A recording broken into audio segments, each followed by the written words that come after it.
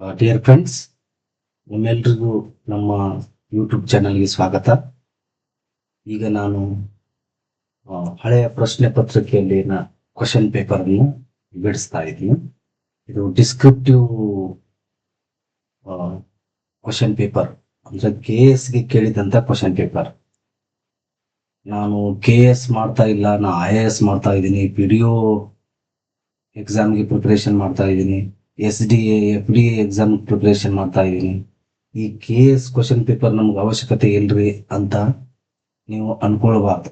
English ಯಾವುದೇ question paper ಇರಲಿ ಅದನ್ನ ಬಿಡಿಸ್ಬೇಕು ನೀವು. ಓಕೆ, ಇದು ಅಬ್ಜೆಕ್ಟಿವ್ ದಲ್ಲಿನೂ ಬರ್ತಾವ, ಡಿಸ್ಕ್ರಿಪ್ಟಿವ್ ದಲ್ಲಿನೂ ಬರ್ತಾವ. ಓಕೆ, ಅದಕ್ಕಾಗಿ ಈ ಕೆಲವೊಂದಿಷ್ಟು ಸೆಂಟೆನ್ಸ್ಗಳೊಂದಿಗೆ ನಾನು ಈಗ ಇದ್ದೀನಿ ನೋಡ್ರಿ. ಕ್ವಶನ್ ಏನಿದೆ, fill in the blanks with blanks choosing the appropriate words given in brackets. Bracket ದಲ್ಲಿ ಎರಡು ವರ್ಡ್ಸ್ ಗಳನ್ನ ಕೊಟ್ಟಿದ್ದಾರೆ ಅವರು. ಯಾವುದು ಸುಟೇಬಲ್ ಆಗುತ್ತಾ, ಬ್ಲಾಂಕ್ ಸ್ಪೇಸ್ ಇದೆ, ಆ ಬ್ಲಾಂಕ್ ಸ್ಪೇಸ್ ದಲ್ಲಿ ಫಿಲ್ ಅಪ್ ಮಾಡ್ಬೇಕು. ಓಕೆ, 10 ಕ್ವಶನ್ಸ್ ಅದ. ನೀವು ಒಂದು ಕ್ವಶನ್ ಪೇಪರ್ ಅನ್ನ ಹೇಗೆ ಬಿಡಿಸ್ಬೇಕಂತಂದ್ರೆ, for example multiple choice question paper ತಗೊಂಡಿದ್ರಿ ಅಂತಂದ್ರೆ, ನೀವು ಬೇಕಂದ್ರೆ ಒಮ್ಮೆ 50, 100 ಎಷ್ಟು ಮಾರ್ಕ್ಸ್ ಇರ್ತದೆ ಎಲ್ಲ ಒಮ್ಮೆ ಕ್ವಶನ್ ಆನ್ಸರ್ ಓದ್ಬೇಕು. ಆಮೇಲೆ ಯಾವ್ದಾದ್ರು ಒಂದು ಕ್ವಶನ್ ಅನ್ನ ಸೆಲೆಕ್ಟ್ ಮಾಡಿ ಆ ಕ್ವಶನ್ ಇನ್ ಡೀಟೇಲ್ ಆಗಿ ಓದ್ಬೇಕು. ಆ ಕ್ವಶನ್ ಯಾವ ಟಾಪಿಕ್ಗೆ ಸಂಬಂಧಪಟ್ಟಿದೆಯೋ ಆ ಟಾಪಿಕ್ ಅನ್ನ ಇನ್ ಡೀಟೇಲ್ ಆಗಿ ಓದ್ಬೇಕು. ಫಾರ್ ಎಕ್ಸಾಂಪಲ್ ರಿಪೋರ್ಟೆಡ್ ಸ್ಪೀಚಿಗೆ ಒಂದು ಟಾಪಿಕ್ ಸಂಬಂಧಪಟ್ಟಿದೆ ಅಂತ ತಿಳ್ಕೊಡ್ರಿ. ಅಂದ್ರೆ ಒಂದು question reported speech or direct ಅಥವಾ ಇನ್ಡೈರೆಕ್ಟ್ ಸ್ಪೀಚ್, ಆ ಚಾಪ್ಟರ್ ಅನ್ನ ಕಂಪ್ಲೀಟ್ ಆಗಿ ಓದ್ಬೇಕು. ನೀವು ಕ್ವಶನ್ ಪೇಪರ್ ಅನ್ನ ಹಿಂಗ್ ಬಿಡಿಸ್ಬೇಕು. ಯಾವ್ದಾದ್ರು ಒಂದು ಕ್ವಶನ್ ಅನ್ನ ಸೆಲೆಕ್ಟ್ ಮಾಡ್ರಿ, 100 ಕ್ವಶನ್ ದಲ್ಲಿ ಅದನ್ನ ಇನ್ ಡೀಟೇಲ್ ಆಗಿ ಓದ್ಕೊಡ್ರಿ. ಅದು ನಿಮಗೆ ಇನ್ನೊಂದು ಪರೀಕ್ಷೆಗೆ ಎಕ್ಸಾಮ್ಗೆ ಹೆಲ್ಪ್ ಆಗ್ತದೆ. ಇಂಥವಕ್ಕೆ ಏನಂತೀವಿ ನೋಡ್ರಿ ನಾವು, ಹೋಮೋನಿಮ್ಸ್ ಅಂತೀವಿ. In some cases homophones also, ಅಥವಾ ಕನ್ಫ್ಯೂಸಿಂಗ್ ವರ್ಡ್ಸ್ ಅಂತಾನು ಹೇಳ್ತೀವಿ. ನೋಡ್ರಿ, pronunciation is same, principle pronunciation is same, but spelling and meaning are different. These are called homonyms. Principle, homophones also. Okay, ಈಗ ಹೋಮೋನಿಮ್ಸ್ ಅಂತ ಎಕ್ಸಾಕ್ಟ್ ಆಗಿ ಯಾವ್ದಕ್ಕೆ ಅಂತಾರಂದ್ರ, ಬುಕ್ ಇದು ಎರಡು ಸಂದರ್ಭಗಳಲ್ಲಿ ಯೂಸ್ ಆಗುತ್ತೆ. Went to market and bought a book. Book ಅನ್ನೋದು ಒಂದು ಪುಸ್ತಕ, ನೌನ್ ಅಂತಾನೂ ಆಗುತ್ತೆ. ಇನ್ನೊಂದು ವರ್ಬ್ ಆಗಿನೂ ಯೂಸ್ ಮಾಡ್ತೀವಿ, I book A ticket, like this. ಅದು ಹೋಮೋಫೋನಿಮ್ ಯು ಕ್ಯಾನ್ ಸೇ. ಇದು ಹೋಮೋಫೋನ್, ಹೋಮೋನಿಮ್ ಅಂತಾನೂ ಹೇಳ್ಬೋದು ನೀವು ಇದಕ್ಕೆ in some cases. Okay, principle ಅಥವಾ ಕನ್ಫ್ಯೂಸಿಂಗ್ ವರ್ಡ್ಸ್ ಯಾವುದು ಸುಟೇಬಲ್ ಆಗುತ್ತೆ ಅನ್ನೋದು ನೀವು ತಿಳ್ಕೊಳ್ಬೇಕು. ಇದು it is also a part of vocabulary development. Democracy is based on the dash of equality. ನೋಡ್ರಿ, ಈ ಪ್ರಿನ್ಸಿಪಲ್ ಅಂತಂದ್ರ ಹೆಡ್ ಆಫ್ ದಿ ಇನ್ಸ್ಟಿಟ್ಯೂಷನ್. ಒಂದು ಇನ್ಸ್ಟಿಟ್ಯೂಷನ್ ಅದ, ಸಂಸ್ಥೆಯ, ಕಾಲೇಜಿನ, ಶಾಲೆಯ ಹೆಡ್ಡಿಗೆ ಏನಂತೀವಿ, ಪ್ರಿನ್ಸಿಪಲ್ ಅಂತ ಕರಿತೀವಿ. PAL ಪ್ರಿನ್ಸಿಪಲ್, ಮುಖ್ಯಸ್ಥ. ಈ PLE ನೋಡ್ರಿ, PLE ಪ್ರಿನ್ಸಿಪಲ್ ಅಂದ್ರ it is a fundamental idea, fundamental rule. Okay, ಈಗ ನೋಡ್ರಿ, ಡೆಮೋಕ್ರಸಿ ಪ್ರಜಾಪ್ರಭುತ್ವ is based on the of equality.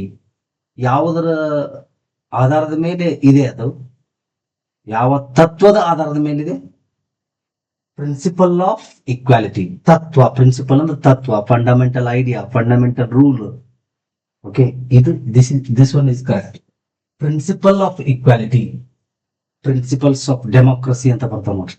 ಈ principle, not this one. This is head of the institution.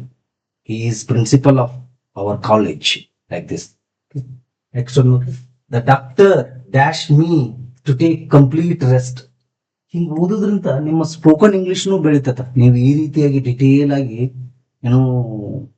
ಬಿಡಿಸ್ತಾ ಹೋದಾಗ ಒಂದು ಕ್ವಶನ್ ಪೇಪರ್ ಅನ್ನು ನಿಮ್ಮಲ್ಲಿ ಸ್ಪೋಕನ್ ಇಂಗ್ಲಿಷ್ನು ಜಾಸ್ತಿ ಆಗುತ್ತಾ, ವೊಕ್ಯಾಬುಲರಿನೂ ಡೆವಲಪ್ಮೆಂಟ್ ಆಗುತ್ತಾ, ಗ್ರಾಮೆಟಿಕಲ್ ಆಸ್ಪೆಕ್ಟ್ಸ್ನು ಬಹಳಷ್ಟು ಗೊತ್ತಾಗುತ್ತಾ. ಓಕೆ ನೋಡ್ರಿ, ದ ಡಾಕ್ಟರ್ ಅಡ್ವೈಸ್ ಅನ್ನೋ ಪದ ಇಲ್ಲ. ಅಡ್ವೈಸ್ ಅನ್ನೋದು ಏನು, ಅದು ಒಂದು ನೌನ್ ಅದು. ಓಕೆ, ಅಡ್ವೈಸ್ ಅನ್ನೋದು verb. The doctor advised, this one is correct. ಇಲ್ಲಿ ವರ್ಬ್ ಬರ್ಬೇಕು. ಅಡ್ವೈಸ್ಡ್ ಅನ್ನೋದು ವರ್ಬ್ ಅದನ್ನ ವರ್ಬ್ ಆಗಿ ಕನ್ವರ್ಟ್ ಮಾಡಕ್ ಬರೋಲ್ಲ. ಓಕೆ, ಅಡ್ವೈಸ್ಡ್ ಅನ್ನೋ ಇದು advice. He gave me a advice, he gave me advice, ಅವ ಉಪದೇಶ ಕೊಟ್ಟನು. ಹಿ ಅಡ್ವೈಸ್ಡ್ ಮೀ, ಅವನು ನನಗೆ ಒಂದು ಉಪದೇಶ ಕೊಟ್ಟನು. He gave me advice.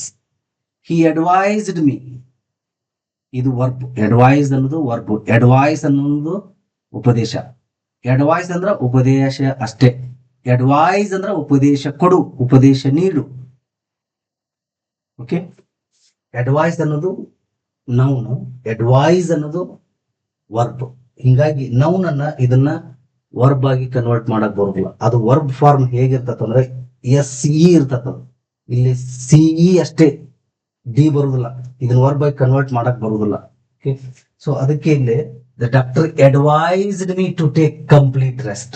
Advice ಮಾಡಿದ ನಂತರ ಉಪದೇಶ ಕೊಟ್ಟ ಅಂತ, like this. Advised is correct. Next, I found his speech wholly. Wholly ಅಂದ್ರೆ ಕಂಪ್ಲೀಟ್ಲಿ ಅನ್ನಂಗಿದೆ. LLY, wholly, entirely, completely, like this. I found his speech wholly dashed to the current debate. Opposite ನೋಡ್ರಿ, opposite A ಇದೆ, ಇಲ್ಲಿ ಒಂದೇ, ಇಲ್ಲಿ ಓ ಇದೆ, ಇಲ್ಲಿ A ಇದೆ. ಅಪೋಸಿಟ್ ಇದು ನಿಮ್ಗೆ ಗೊತ್ತಿದೆ. ಅಪೋಸಿಟ್ ಅಂದ್ರೆ ಕಾಂಟ್ರರಿ, ವಿರುದ್ಧ. ಇದು ಆಪೋಸಿಟ್ ಅಂತಂದ್ರೆ ಏನು, ರೆಲೆವೆಂಟ್ ಅಂದಂಗ. ಅಪ್ರೋಪ್ರಿಯೇಟ್ ಅಂತ ಹೇಳಿದಾಗ, ಅಪ್ರೋಪ್ರಿಯೇಟ್ ಸೂಕ್ತವಾದ, ಸಮಂಜಸವಾದ ಅಂತ ಅಂದಾಗ. ಕನ್ನಡದಲ್ಲಿ ಮೀನಿಂಗ್ ಗೊತ್ತಿದ್ರೆ ನೀವು ಅಲ್ಲಿ ಬಹಳಷ್ಟು ಸಲ ಕರೆಕ್ಟ್ ಪದವನ್ನ ಯೂಸ್ ಮಾಡ್ತೀರಿ. ಓಕೆ, ಐ ಫೌಂಡ್ ಈ speech wholly relevant to the current debate. ಆ ಕರೆಂಟ್ ಡಿಬೇಟ್ಗೆ, ಪ್ರೆಸೆಂಟ್ ಡಿಬೇಟ್ಗೆ, ಈಗೇನು ನಡೀತಾ ಇದೆಯಲ್ಲ ಆ ಡಿಬೇಟ್ಗೆ ಅವನದು ಸ್ಪೀಚ್ ಕರೆಕ್ಟ್ ಇದೆ ಅಂತ, ಸಮಂಜಸವಾಗಿದೆ ಅಂತ, ಸೂಕ್ತವಾಗಿದೆ ಅಂತ, ಅಪ್ರೋಪ್ರಿಯೇಟ್ ಆಗಿದೆ ಅಂತ.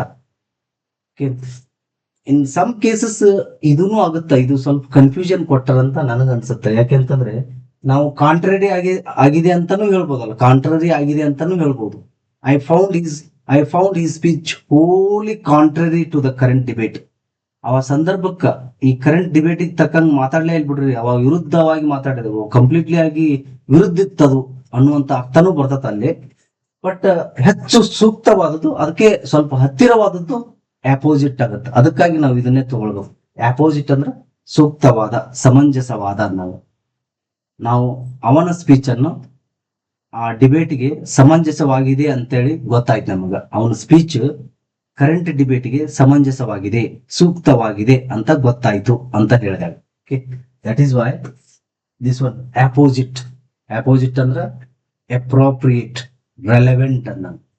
ಅಪೋಸಿಟ್ ಅಂದ್ರೆ ಕಾಂಟ್ರರಿ ಅಂದಾಗ, ವಿರುದ್ಧವಾದ. Like this. This novel has been dash for radio.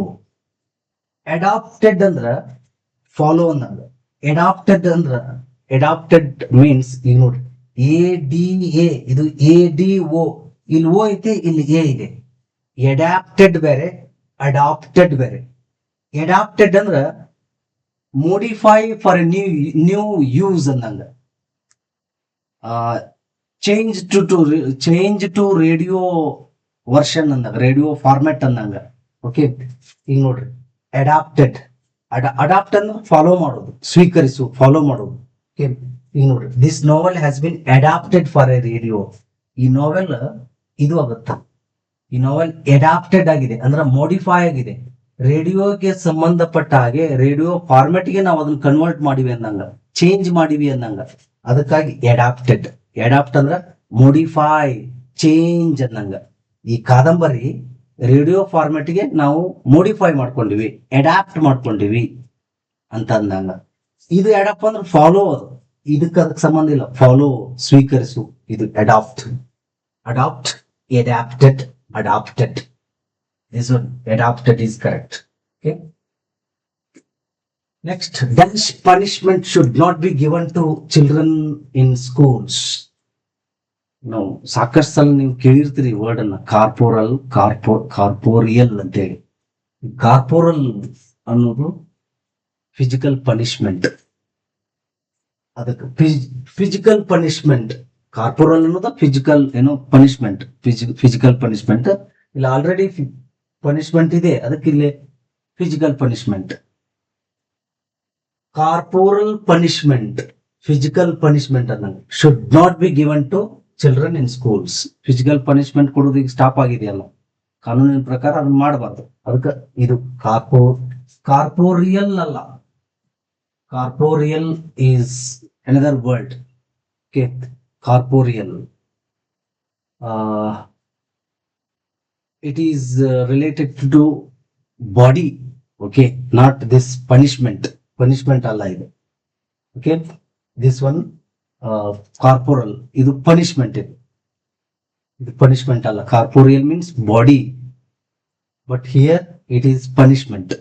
This one is correct. Corporal punishment. Okay. Next, she came and sat dash her husband.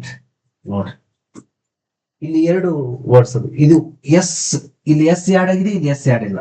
Beside ಅಂದ್ರ ನೆಕ್ಸ್ಟ್ ಟು ಅಂದಂಗ, ಮುಂದೆ ನೆಕ್ಸ್ಟ್ ಟು, ಬಿಸೈಡ್ ಪಕ್ಕದಲ್ಲಿ ಅಂದಂಗ. Besides ಅಂದ್ರ ಇನ್ edition to ಅಂದಂಗ, ಇದಲ್ದೇನೆ ಅದು ಅಂದಂಗ. ಇವು ಪ್ರಿಪೋಸಿಷನ್. ಇವು ಈಗ ನೋಡ್ರಿ, she came and sat beside, beside this one, ಪಕ್ಕದಲ್ಲಿ ಕೂತ್ಕೊಂಡ್ರು ಅಂತ.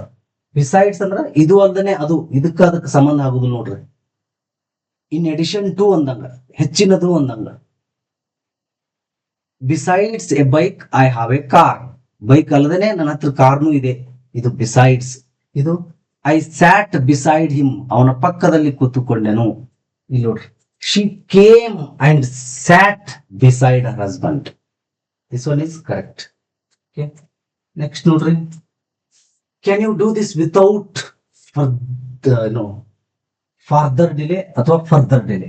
ಯಾವುದು ಈ ಫಾರ್ದರ್ ಅನ್ನೋದು? It is related to physical distance. Farther, physical distance. ಇಲ್ಲಿಂದ ಬೆಂಗಳೂರಿಗೆ ಎಷ್ಟು ದೂರ ಇದೆ? ಫಾರ್ದರ್.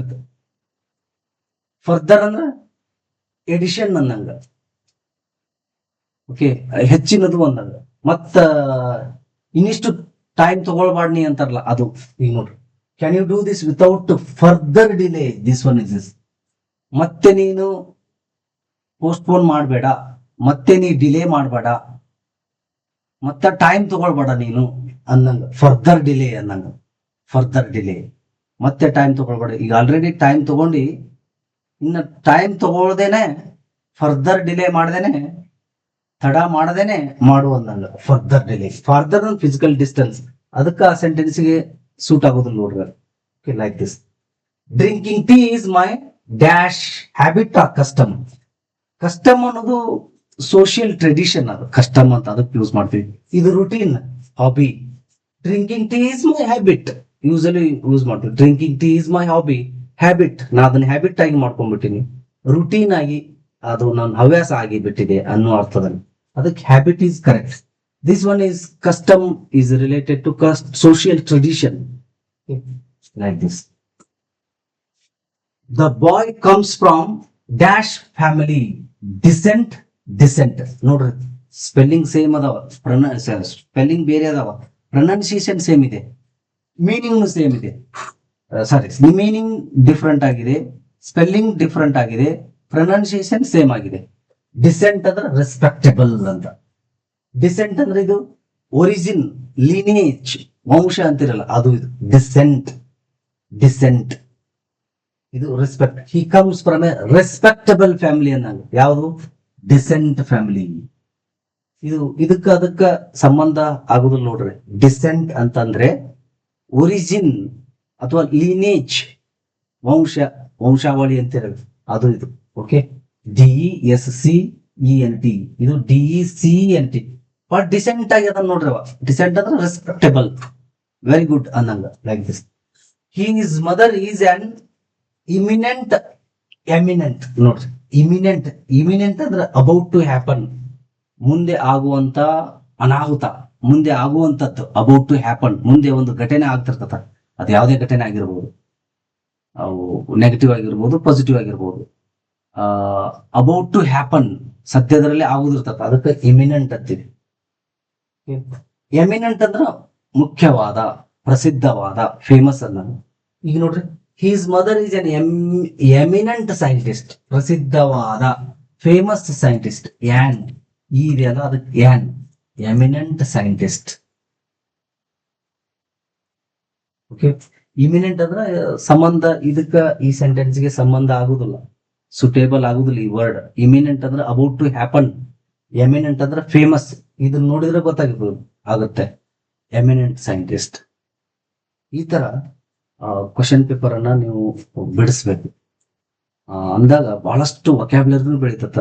ನಿಮ್ಮಲ್ಲಿ ಒಂದು ಸ್ಪೋಕನ್ ಇಂಗ್ಲಿಷ್ ಫಾರ್ಮು ನಿಮ್ಗೆ ಗೊತ್ತ ಇಲ್ದೇನೆ ಬೆಳಕ್ ಹತ್ತು ಸ್ಟಾರ್ಟ್ ಆಗಿರ್ತದ.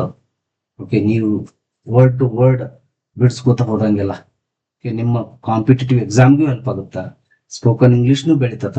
ನಿಮ್ಮಲ್ಲಿ ಇಂಗ್ಲಿಷ್, ಬ್ಯೂಟಿಫುಲ್ ಇಂಗ್ಲಿಷ್ ಅನ್ನ ಮಾತಾಡಕ್ನು ಕಲಿತೀರಿ. ಈ ಅರ್ಥದಲ್ಲಿ ಈ ತರ ನೀವು ಬಿಡಿಸ್ಬೇಕು. ಇಲ್ಲಿಗೆ ಈ ಕ್ಲಾಸ್ ಅನ್ನ ಮುಗಿಸ್ತಾ ಇದ್ದೀನಿ. ನಮ್ಮ ಚಾನಲ್ ನನ್ನ ಲೈಕ್ ಮಾಡ್ರಿ, ಶೇರ್ ಮಾಡ್ರಿ, ಸಬ್ಸ್ಕ್ರೈಬ್ ಮಾಡ್ರಿ. ನೆಕ್ಸ್ಟ್ ವಿಡಿಯೋದಲ್ಲಿ ಭೇಟಿ ಆಗ್ತೀನಿ. Thank you very much.